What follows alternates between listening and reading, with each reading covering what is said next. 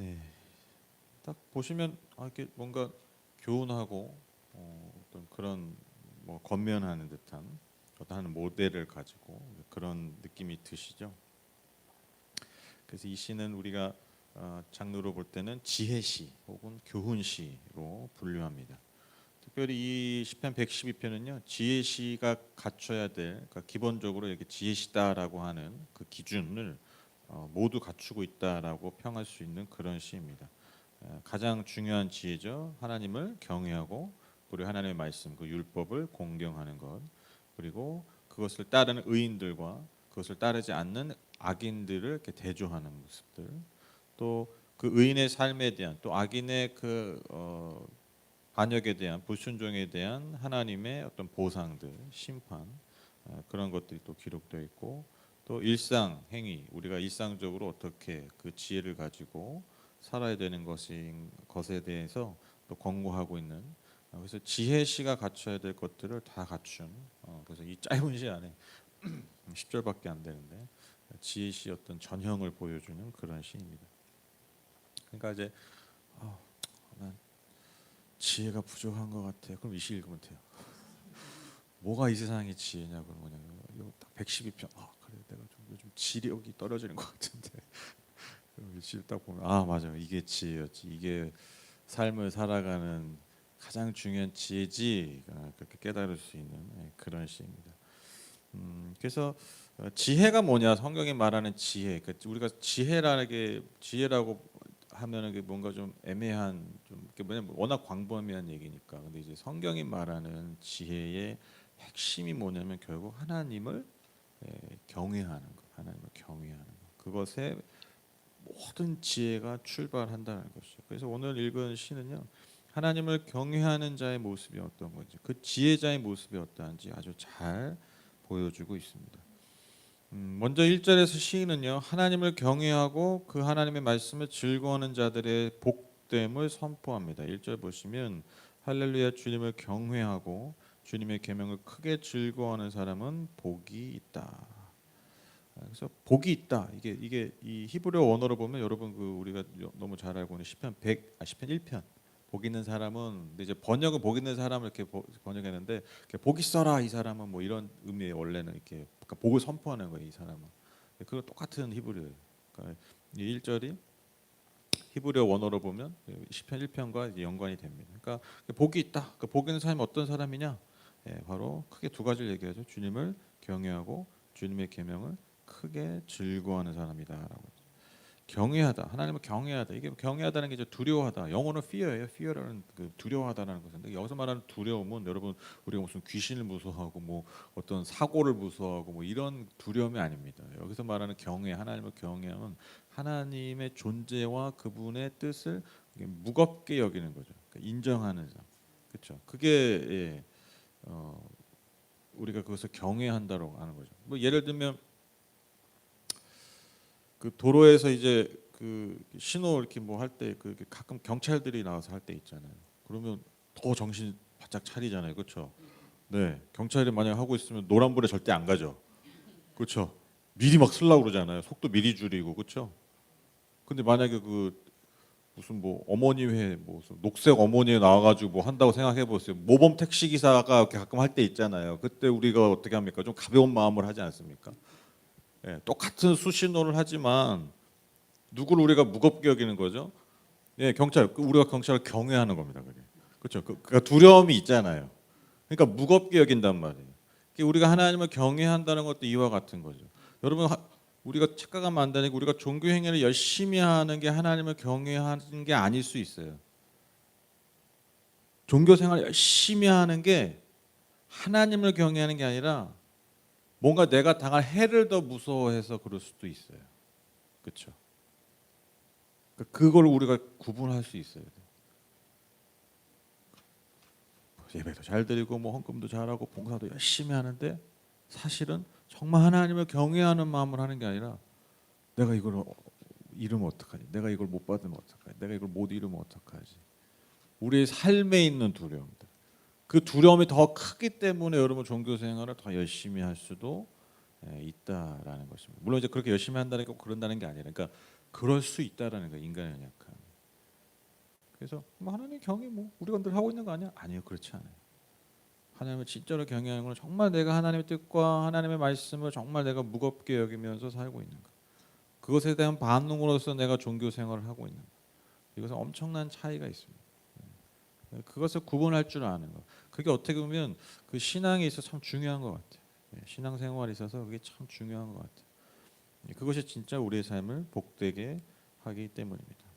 그리고 계명을 크게 즐거워하는 것이다라고 얘기합니다. 복 있는 사람은. 그러니까 똑같죠. 복 있는 사람 그 시편 1편의 내용과 똑같아요. 하나님의 뜻, 그 하나님의 말씀, 그 하나님의 인도하심, 그것을 따르는 것을 즐거워하는 거예요. 즐거워. 이게 역설적인 거죠. 경외와 즐거움이 같이 있어요. 그렇죠. 경외라는 것은 두려움의 어떤 영역인데 지금 이것은 또 즐거워한다. 그렇게 공존하는 거예요. 근데 그게 맞잖아요. 이게 진정한 신앙이에요. 이게 진정한 하나님을 믿는 거죠. 그렇죠. 우리가 당연히 하나님 두려워합니다. 그 하나님 무겁게 여기는 마음이 있어요. 그런데 우리 안에 하나님을 따르는 것 자체가 우리 안에 기쁨이에요. 그렇죠. 우리가 이렇게 하나님을 따르는 그 경외하는 마음이 있으니까 여러분 우리가 이렇게 수협에 나오는 거 아닙니까? 그렇죠. 막 좋잖아요. 막 맛있는 밥 나오고 사실 한 50분만 참으면 막 밥 먹고 얼마나 좋습니까? 농담이고 하여튼 그 하나님의 말씀 그 율법을 따른다라는 것은요, 여러분 우리가 무슨 뭐 성경에 나오는 조문들을 이렇게 뭐 지키는 것이 즐겁다는 게 아니에요. 여러분 조문을 지키는 게 어떻게 즐겁습니까? 뭐 이거 하지 마라 저거 하지 마라 이걸 하나하나 지키는 게 어떻게 즐거울 수가 있어요? 그렇죠? 아니 우리가 마음 먹고 오늘 청소 좀 해볼까 그런데 엄마가 하죠. 오늘 청소 좀 해. 하라 그러면 더 하기 싫지 않아요. 그게 인간의 마음이거든요.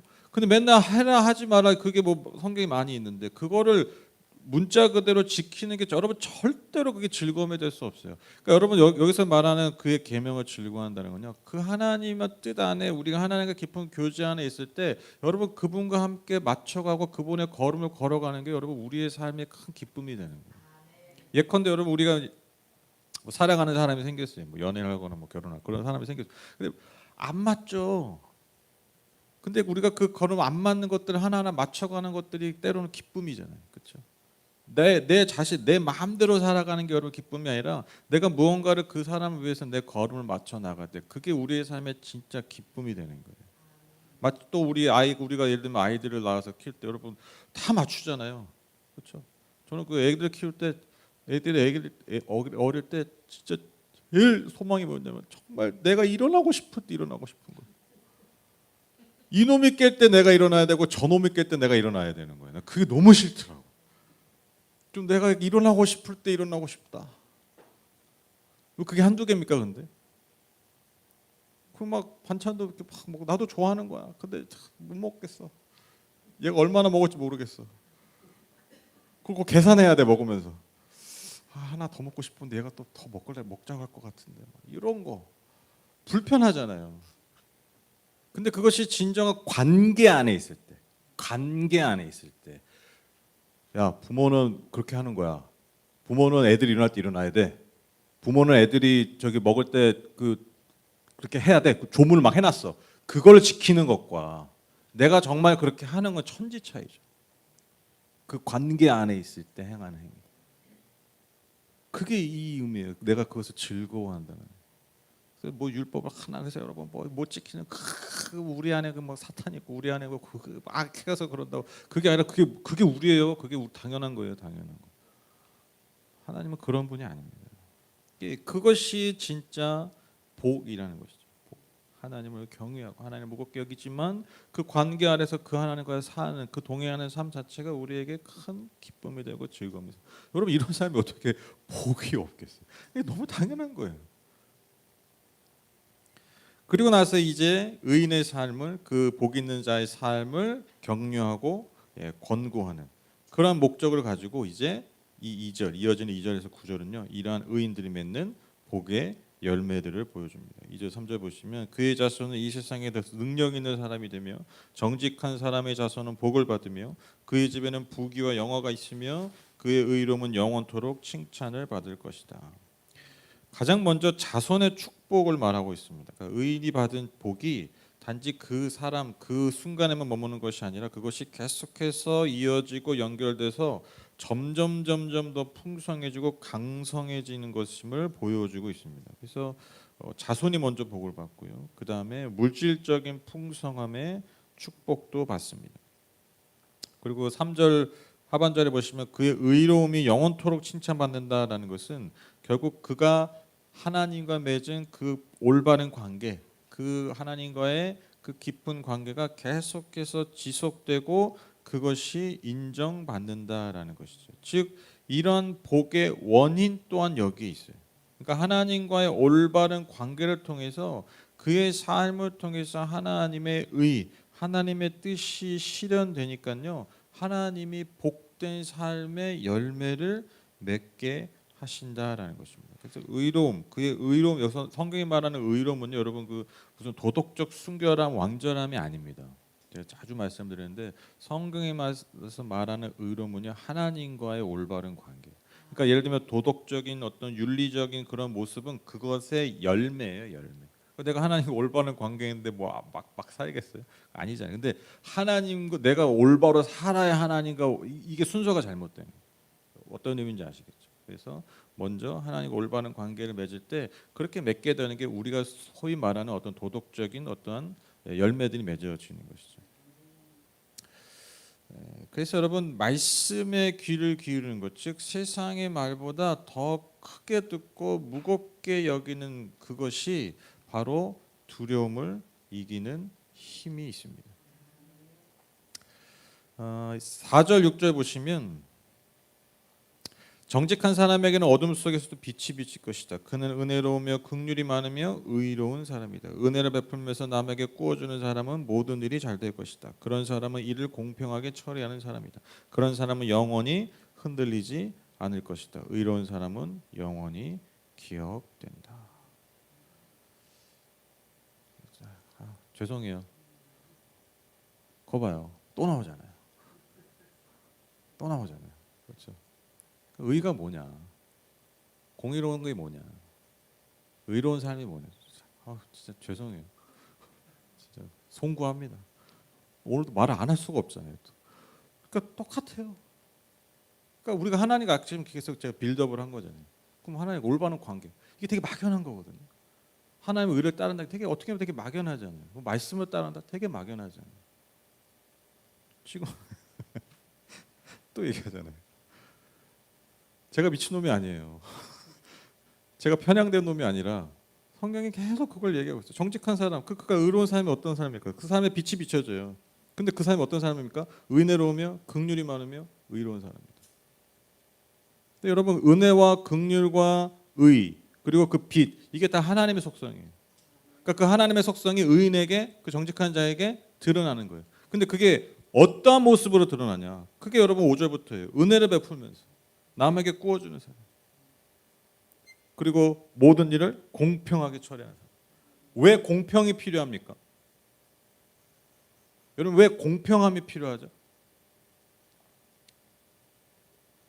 높고 낮음이 있기 때문이에요. 힘 있는 자와 힘 없는 사람이 있기 때문이에요. 많이 가진 자와 적게 가진 사람이 있기 때문에 공평이라는 게 그래서 필요한 겁니다. 그러니까 눈에 보이는 것, 눈에 보이는 힘, 눈에 보이는 가치와는 상관없이 때로는 우리가 공평하게 대해야 되잖아요. 그러니까 공평이 필요하다는 건요. 뭔가 인간은요. 많은 것, 더 나은 것을 추구하려는 마음, 그것을 더 좋게 보려는 마음, 그리고 그렇지 못한 것을 하등하게 여기고 외면하는 마음이 우리 안에 있기 때문에 근데 하나님 원하시는 게 뭐다고요? 그 가운데서 우리가 공평해야 돼요. 그게 여러분 의로운 사람이라는 거예요. 그러니까 솔직히 말하면 여러분 힘 있는 자들한테 공평할 일이 별로 없어요. 왜냐하면 이미 과잉돼 있기 때문에. 그러니까 공평이 진짜 필요한 자들은 어떤 사람들입니까? 힘 없는 자들이에요. 네.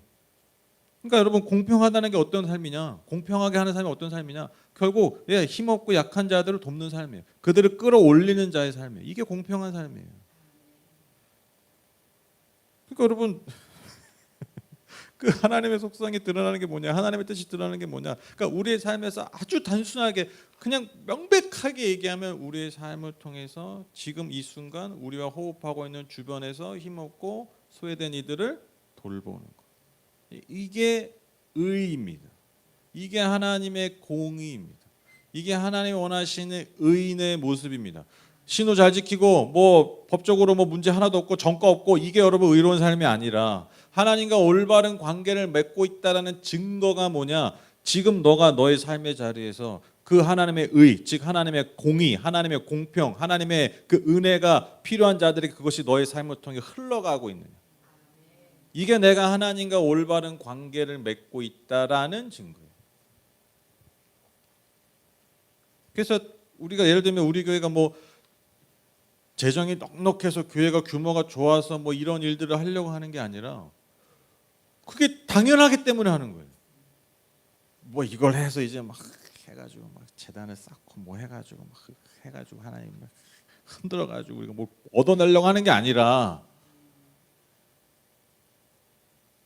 이것이 하나님이 원하시는 의인의 삶, 하나님과의 올바른 관계의 모습이라니까. 우리가 아무리 여기서 예배를 잘 드리고 우리가 아무리 여기서 행복하고 우리가 아무리 여기서 소위 말하는 은혜를 너무너무 받아가지고 막 진짜 예배 때마다 하나님 은혜가 충만하고 성령이 충만한다 한들 여러분 그것이 우리의 삶의 자리에서 이 공동체의 삶의 모습에서 여러분 그것이 흘러가지 않는다면 그것은 하나님과 올바른 관계가 아니라는 거예요. 아니라는 거예요. 명백하게. 그래서 예배는 제가 자주 말씀드리지만 여러분 예배는요 두 가지 축이 있는 거예요. 예배는 보이지 않는 하나님의 예배입니다. 여러분 하나님 안 보이시잖아요. 보이시면 큰일 나요. 보이시면 여러분 교회 오시면 안 되고 병원을 가야 돼요. 주의 성수가 아니라 여러분 병원에 입원을 해야 됩니다.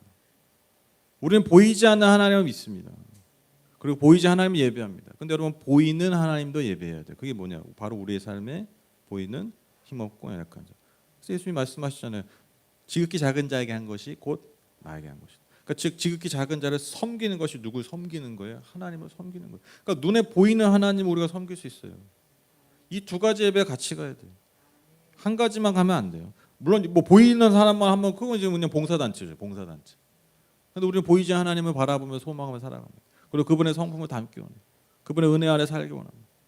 그리고 구원의 은혜를 감격해서 우리가 보이는 하나님을 섬기는 그게 의입니다. 그 의인의 전형적인 모습이 그 모델이 바로 예수님입니다. 예수님 오셔가지고 뭐 예배만 드렸습니까? 야씨 내가 하나님의 아들이다. 예배 잘 드려야지 예배. 맨날 제자들 모아놓고 맨날 예배 드리고 아침마다 예배 드리고 저녁마다 기도해갖고 금요 처리하시고 맨날 그러지 않으셨어요. 하나가 깊은 교제를 하셨지만 그 교제를 한 다음에 뭐 하셨어요? 교제하고 뭐 하셨냐고요? 가르치고 섬기고 치유하고 먹이고 그게 예수님이 하신 일이잖아요. 종교 지도자를 만나가면서 무슨 세미나하고 뭐 그런 거 안 하셨다니까. 네? 항상 하신 일은 뭐예요? 하나님과 깊은 교제 후에 힘없고 연약한 자들을 찾아가셔서 돌보셨다. 그게 의입니다. 그게 하나님의 의.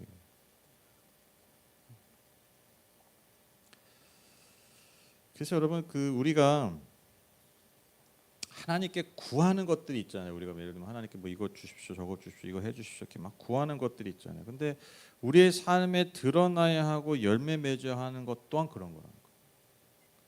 예를 들면 하나님 뭘 도와주세요, 막 우리가 그러니까 우리가 하나님께 받아야 되는 것도 있죠. 그게 또 우리의 삶을 통해서 흘러가야 된다. 무슨 말씀인지 아시죠?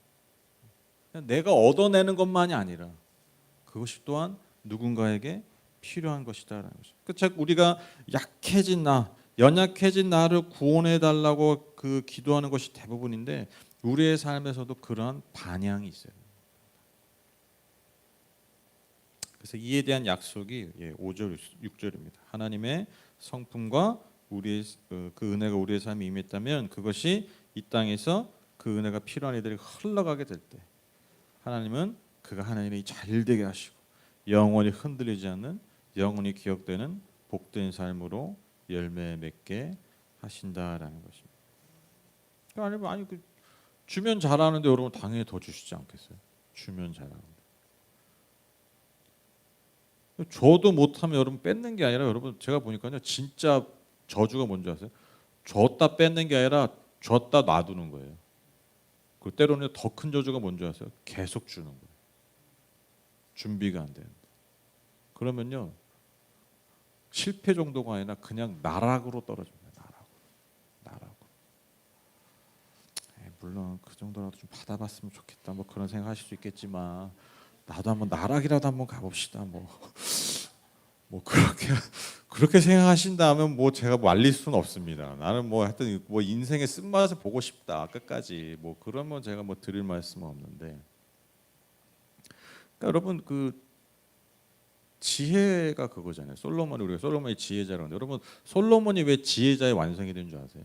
그가 뭐 예를 들면 그 하나님이 꿈에 나타나 가지고 그 구했던 거, 내가 이 듣는 마음 구했잖아요. 그 지혜를 구했잖아요. 그래서 하나님이 지혜를 주셔서 아주 총명한 왕이 됐는데, 여러분 그게 여러분 솔로몬의 지혜를 완성한 게 아니에요. 여러분 솔로몬의 지혜의 완성은 뭐냐면 그가 다 누렸는데 아무것도 아님을 깨달았기 때문에 그의 지혜가 완성된 거예요. 그러니까 하나님 주셨지만 그 주신 것들을 다 해봤지만 다 누려봤지만 그것이 별것이 아니라 정말 아무것도 아닌 것을 깨달았기 때문에 그의 지혜가 완성돼요. 더 지혜로운 사람이 뭔지 아세요? 그거 듣고 알아듣는 사람이에요. 진짜로요. 네, 제가 말씀드리잖아요. 채찍이 아니라 사랑으로 깨닫게 달라. 진짜 죄송한 얘기인데 그 있어요. 쥐어 터져야 깨닫는 사람들이 있어요. 물론 우리 다 그러죠. 우리가 다 그래요. 우리가 뭔가 쥐어 터져야 깨닫습니다. 근데 그게 좀 강도가 심한 분들이 있어요.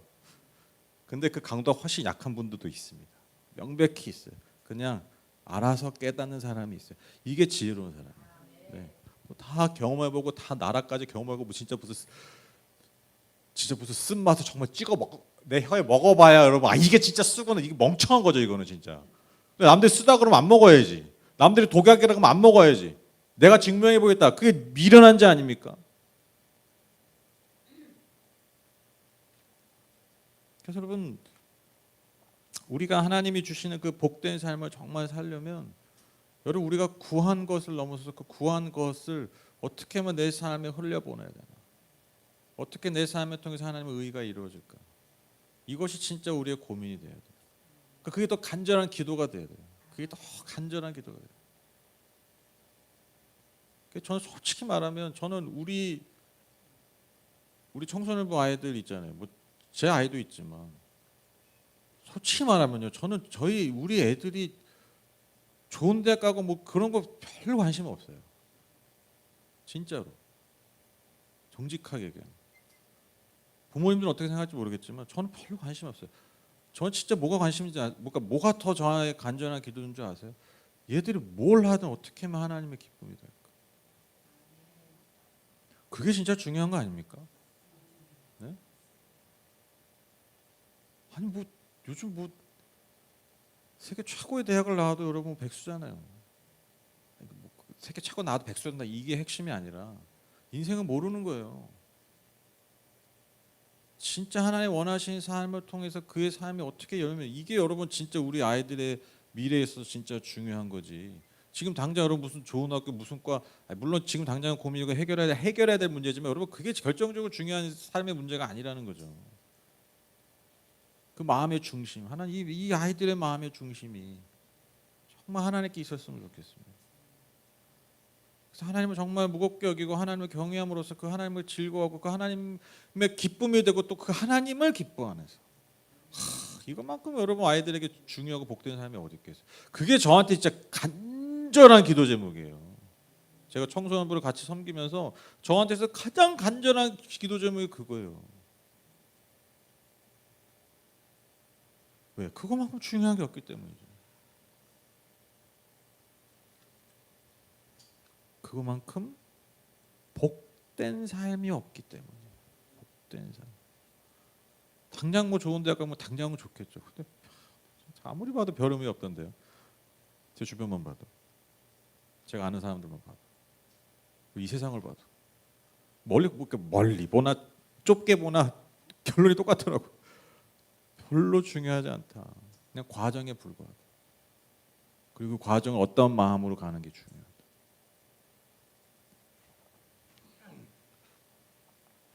하나님이 그렇게 열매 맺게 하신다는 의인의 삶. 이어지는 7절 8절은요, 악인들의 공격에도 흔들리지 않고 두려움 없이 굳건히 서 있는 의인의 삶을 보여줍니다. 7절 8절 보시면 그는 나쁜 소식을 두려워하지 않으니 주님을 믿음으로 그의 마음이 굳건하기 때문이다. 그의 마음은 확고하여 두려움이 없으니 마침내 그는 그의 대적이 망하는 것을 볼 것이다. 나쁜 소식을 두려워하지 않아요. 여러분 그 시편에서 보면요, 그 의인들이 막 탄원하는 시들, 그 탄원시 있잖아요. 탄원시에서 여러분 그 자주 등장하는 그 고통이 뭐냐면요, 그 왜곡된 소문 때문에. 내가 아주 그래서 사람들이 심지어 내 가족들도 나를 막 비방하고 나를 조롱하고 뭐 이게 사람을 미치게 하는 거예요. 제가 그 어떤 뭐 사업가인데 뭐 돈을 막 수백억인가 막 있어요. 뭐 100억이 넘나. 근데 그 사업가인데 그게 뭐 어떤 모함을 당해가지고 막 사람들이 막 세상 나쁜 놈으로 다 된 거야. 그 사람이 이게 영상을 봤는데 다 무혐의 처리라고 이게 다 밝혀졌어요. 그 사람이 뭐라는 줄 아세요? 사람들이 이렇게 욕할 때 한강을 몇 번 왔다 갔다 했대. 한강물이 찬가 안 찬가 이렇게 봤대. 그 농담으로. 그러니까 이렇게 죽을까 말까 고민을 많이 했다는 그 사람이 딱 모르는 돈이 많으면 뭐하냐. 돈이 많아. 사람들이 심지어 나 정말 나랑 친했던 사람도 너 정말 그런 거냐 이렇게 물어볼 때 정말 진짜 한강을 가고 그런 생각을 계속 하게 된다. 제가 그거 보면서 시편 떠올렸다니까요. 시편에서 똑같이 그런 얘기예요. 그러니까 여러분 누군가 나를 모함해서 내가 그렇지 않은데 내가 그런 사람이 될 때 여러분 인간이요 그 존재감 잃어버리면요 그 소문 때문에 그 사람들의 말 때문에 정말 무슨 나한테 해코지 나한테 정말 무슨 육체적인 타격을 안 가더라도 오히려 그게 사람 진짜 죽일 수도 있어요. 그 말의 힘이 그래. 굉장히 위험한 겁니다. 말 잘 가려서야 돼요 진짜. 함부로 이렇게 사람 막 하면 안 돼요. 시편에서 계속 그 말이 막 자주 나오죠. 여기도 나오죠. 나쁜 소식을 두려워하지 않아. 그러니까 이 나쁜 소식이 어떤 소식입니까? 나에 대한 원수들이, 악인들이 나에게 나를 죽이려고 꾸며낸 그런 이야기들. 그것을 내가 두려워하지 않는다. 주님의 믿음으로 마음이 굳건하다라는 것이죠. 그 마음의 중심이 흔들리지 않아. 두려워하지 않는다. 왜냐? 그러한 소문보다 주님을 향한 믿음이 더 크기 때문입니다. 그래서 여러분 뭔가 내가 세상의 말에 자꾸 흔들릴 때 그때가 어떨 때냐면 그러니까 내가 예를 들면 내가 두려움이 많아지거나 내가 너무 걱정이 많아질 때마다 내가 다시 돌아가야 되는 뭐냐면 내가 하나님께 더 말씀에 귀를 기울여야 돼. 그러니까 하나님의 말씀을 내가 더 무겁게 여겨야 돼. 그러니까 내가 두려움에 커진다는 건요. 그런 의미가 있는 거예요. 아 뭔가 내가 세상의 말에 그 떠도는 말에 내가 너무 마음을 두고 세상의 말을 내가 더 무겁게 듣고 있고 어떤 사람이 그러더라고요. 성경뿐만 아니라 세상 모든 경전에서 정말 많이 들리는 말이 뭐냐면 쓰여 있는 말이 뭐냐면 두려워하지 말라래요. 그 말이 즉슨 뭐겠어요? 인간은 맨날 두렵다. 인간은 두려움으로 살아요. 성경도 우리가 그래서 말씀 보면요, 여러분 우리가 뭐 예를 들면 막 두렵고 막 걱정하고 진짜 뭐 때로는 죽고 싶다 여러분 성경 보면 그래 속히 그 일해라 여러분 그럽니까? 아니죠. 말씀 우리가 자꾸 대하면요 하나님 주신 위로가 있어요. 그 힘이 있어요. 우리를 살리는 그 말이 있어요. 이게 저도 이렇게 살면서 뭐 긴 인생 살지 않았지만 되게 힘들 때마다 참 저를 이렇게 탁 일으켰던 게 그 그냥 이렇게 스쳐갈 수 있었지만 그 내게 다가온 그 말씀 그 말씀이 저를 정돈할 때가 있어요. 막 이렇게 막 그 떠도는 막 이렇게 막 뭐 때로는 그것이 분노일 수도 있고 그것이 막 걱정일 수도 있고 두려움일 수도 있고 그것이 진짜 그 말씀을 통해서 정말 다 정리가 되는 경험들이 있어요. 내가 왜 이렇게 이것 때문에 화를 냈지? 내가 왜 이것 때문에 이렇게 두려워했지? 그게 그 말씀이 주는 즉 내가 어느 순간 그 하나님의 말씀을 귀 기울이니까 그 하나님의 말씀을 무겁게 여기니까 나타나는 은혜라는 것이죠. 그러니까 오늘 이 말씀이 그거죠. 내가 주님을 믿음으로 내 마음이 굳건 그러니까 즉 주님의 말씀이 내 마음에 무겁기 때문에 세상의 말에 내가 흔들리지 않는다라는 것이죠. 그래서 반면에 결국 의인을 공격한 악인들이 결국 망하는 것을 보게 될 것이다. 심판받는 것을 보게 될 것이다라고 선포합니다. 그 다음에 이어지는 구절은요. 또 반복되는 의인의 전형을 보여줍니다. 바로 가난한 자들을 돌보는 사람입니다. 그는 가난한 사람들에게 넉넉하게 나눠주니 그의 의로움은 영원히 기억되고 그는 영광을 받으며 높아질 것이다. 그러니까 더 얘기 안 할게요. 또 나오죠. 또 나오죠. 진짜 이 정도면 진짜 우리 알아들어야 됩니다. 참 이게 참 근데 참 제가 지난주 주일 설교 때도 말씀드렸잖아요. 진짜 이 우주를 창조하신 그 하나님 도대체 어떤 분이 이해할 수 없어요. 이해할 수 없어요. 여러분 하나님의 가장 큰 기적, 하나님의 가장 큰 능력은요. 뭐 물을 뭐 홍해를 가르고 이런 게 절대 아니라니까요. 예수님이 뭐 떡을 뭐 아니 물고기를 아니 왜 말이 뭐 네, 뭐 그 오병이어를 가지고 뭐 몇천 명 여러분 뭐 무리를 걸으시고 죽은 자 살리고 여러분 이게 하나님의 능력이 아니에요, 진짜 능력이. 그 하나님은 당연히 해야 돼요. 그거 가지고 우리가 하나님 믿는 거 아니에요. 여러분 오병이어 때문에 예수 믿으시는 분 계십니까? 야 예수, 야 성경 보게, 야 하나님 내가 예수님이 야 무리를 걸었단다, 야 우리 교회 가자. 뭐 그런 분 있어요? 없잖아요. 우리가 왜 예수 믿냐고. 여러분 사람들이 왜 예수께 귀하냐. 여러분 간증 풀어 보세요. 왜 예수님께 간증 그 예수 믿게 된 사람, 회심한 사람들이 왜 예수 믿게 됐냐고요. 그 사랑 때문이거든요. 근데 그 사랑이 뭐냐라는 거예요. 창조주가 이 피조물 중에서도 진짜 질이 안 좋은, 급도 안 되는 나 같은 존재를 그렇게 바라보시지 않는다라는 것을 느낄 때, 이 세상에서 정말 아무것도 안 해, 정말 실패자, 정말 더럽고 정말 지저분하고 정말 추악하고 정말 미천한 나를 깨달는데, 근데 그것 때문에 진짜 너무 고통스러운데 그때 뭘 느끼는 거예요? 창조주가 나를 그렇게 보고 있지 않다. 여러분 그게 회심의 지점이라니까요. 그 사랑, 그게 내 영혼에 부딪힐 때 여러분 어떠한 강팍한 영혼도요 하나님을 만나는 거예요. 그 지점이 딱 그거예요. 무슨 하나님의 능력, 기적 이것 때문에 예수 믿는 거 아니에요. 근데 여러분 그 마음이 여러분 성경에 환하게 말씀하고 있잖아요. 내 관심이, 하나님의 관심이 어디에 있는지, 하나님의 마음이 어디에 있는지. 그래서 내가 그 너를 그렇게 구원하고 너를 먹여 살리고 너를 그렇게 잘 되게 했는데 그래, 아유 내가 너무 좋다, 네가 잘 되니까. 그러니까 야 내가 너를 통해 내 형상을, 내 의를 흘려보내기 원한다. 내 은혜, 내 핫세드를 흘려보내기 원한다. 이게 하나님의 환대 메시지예요. 태초부터 지금까지. 진짜 하나님 놀랍지 않으세요? 이게 진짜 하나님, 이게 진짜 기적이에요. 하나님이 나를 그렇게 바라보셔. 그 엄청난 창조주가 항상 비천한 낮은 곳을 바라보고 계시다는 거. 이것만큼 기적이 어디 있습니까? 이것만큼 큰 기적이 어디 있어요? 이것만큼 큰, 그게 능력이라면요 가장 큰 능력이라니까요. 가장 큰 능력이 그거예요. 힘 없는 자가 여러분 힘을 갖는 것보다 더 힘든 게 뭡니까? 힘 있는 자가 힘을 스스로 내려놓는 거예요. 그게 더 어렵습니다. 하물며 여러분, 하물며 하나님.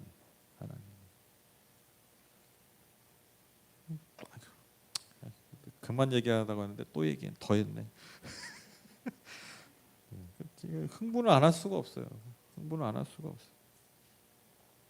그래서 이제 마지막은 이제 이 의인의 삶에 대비되는 악인의 멸망을 언급하면서 오늘 시가 마무리됩니다. 악인은 이것을 보고 화가 나서 이를 가다가 사라질 것이다. 악인의 욕망은 헛되이 꺾일 것이다. 그러니까 의인이 있으면 악인이 있죠, 그렇죠? 그러니까 의인이 있다는 건 악인이 있다는 거고. 그리고 앞에 보면 의인이 복을 받잖아요. 그럼 악인은 어떻게 되겠어요? 왜 방하는 거예요? 저주받는 거예요. 이게 당연한 귀결입니다. 그러니까 의인이 있으면 악인인 것처럼, 빛이 있으면 어둠인 것처럼, 우리가 복을 받으면, 의인이 복을 받으면 여러분 반드시 하나님의 때에 악인은 심판 당합니다. 그걸 우리가 봐야 됩니다. 이것이 악인의 운명입니다. 그래서 우리는 그 악인의 운명에서 돌이켜서 참 지혜로운 삶, 의로운 삶, 하나님과 그 깊은 관계 안에 있는 삶, 그 삶으로 나아가야 됩니다. 오늘 말씀을 정리하면서 여러분 성경이 말하는 복은요, 여러분 이 말 되게 중요한 표현입니다. 여러분 성경에서 말하는 복은요 구해서 얻는 게 아니에요. 아니던데 구하라 주실 것이요, 찾으라 찾을 것이요. 뭐. 근데 그 다음에 뭐라고 얘기하죠? 아버지와 자녀의 관계가 나와요. 자녀가 달라고 할 때 어찌 죄송해요. 하여튼 뭐 그러잖아요. 네. 머리가 잘 안 들어가네.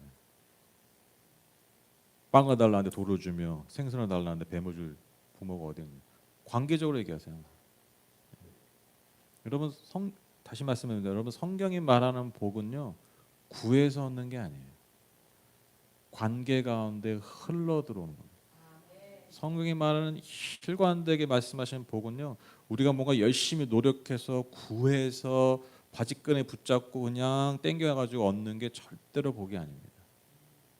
성경에서 말하는 복은 즉 하나님이 주시는 복은요 하나님과 그 깊은 관계에서 오는 너무나 자연스럽고 너무나 풍성한 열매라는 것입니다.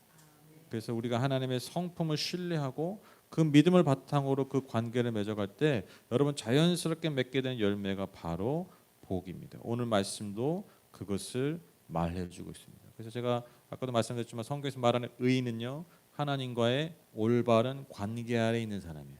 그 올바른 관계가 아래 있다는 게 무엇입니까? 그 하나님의 성품을 내가 인정하고 먼저 받아들이는 사람이에요. 그 하나님의 은혜, 그 헤세드, 그 하나님의 의로우심을 내가 받아들이고 인정하는 사람입니다. 그래서 그 하나님의 그 성품, 그 은혜로운 그 헤세드를 알기 때문에 그것이 또한 내 삶을 통해 흘러가는 것. 여러분 이것이 하나님과 올바른 관계에 있는 거예요. 아침에 새벽 6시마다 하루도 빠지지 않고 내가 새벽 기도하는 사람입니다. 여러분 이게 의로운 사람이 아니에요. 이게 올바른 관계인 사람이 아니에요. 나는 새벽 기도도 하고 나는 저녁에 8시부터 겟세마네 기도도 합니다. 금요일 날 내가 아주 철야를 그냥 밤새도록 하는 사람입니다. 죄송해요. 제가 이렇게 하는 분들 중에 진짜 좋은 관계 있는 것 같아 보이는 사람 못 봤어요. 그게 정말 하나님의 의가 아니라 자기 의더라고요. 자기. 그럴 거면 그냥 안 해도 돼요. 그러니까 안 하는 게 차라리 나아요. 기도하시지 말라는 얘기가 아니라 뭐가 진짜 의로움이냐는 거죠. 뭐가 진짜 하나님과 깊은 관계냐는 거예요. 하나님은 쭉 하나님의 성품을 신뢰하고 그 성품의 은혜를 누리고 그래서 그 성품의 은혜를 내 삶을 통해 흘려보내는 것. 그것이 내 기도 제목이다. 그것 때문에 고민하는 사람. 그것 안 돼서 내 자신을 때로는 안타까워하는 사람. 다 잘해서가 아니라 그게 우리의 삶을 진짜 의롭게 만드는 거예요. 그게 우리의 삶을 진짜 복되게 하는 것입니다. 복 있는 삶을 원한다. 제목이 좀 낚시가 있었는데 오늘 말씀에 답이 있습니다. 오늘 시가 지혜시라고 그랬잖아요. 이게 우리의 삶을 정말 복되게 하는 지혜입니다. 이 짧은 10절 안에 성경이 우리에게 얘기해 주는 너무나 귀한 진리가 잘 담겨 있습니다. 이 지혜를 잘 품으셔서 잘 갈무리하셔서 이 복된 삶의 열매를 누리시고 나누시고 또 우리의 뒤 세대들에게 계속해서 흘려보낼 수 있는 참으로 복된 하나님의 사람들 다 되시기를 주님의 이름으로 축복합니다. 제가 기도하고 마치겠습니다. 하나님 감사합니다.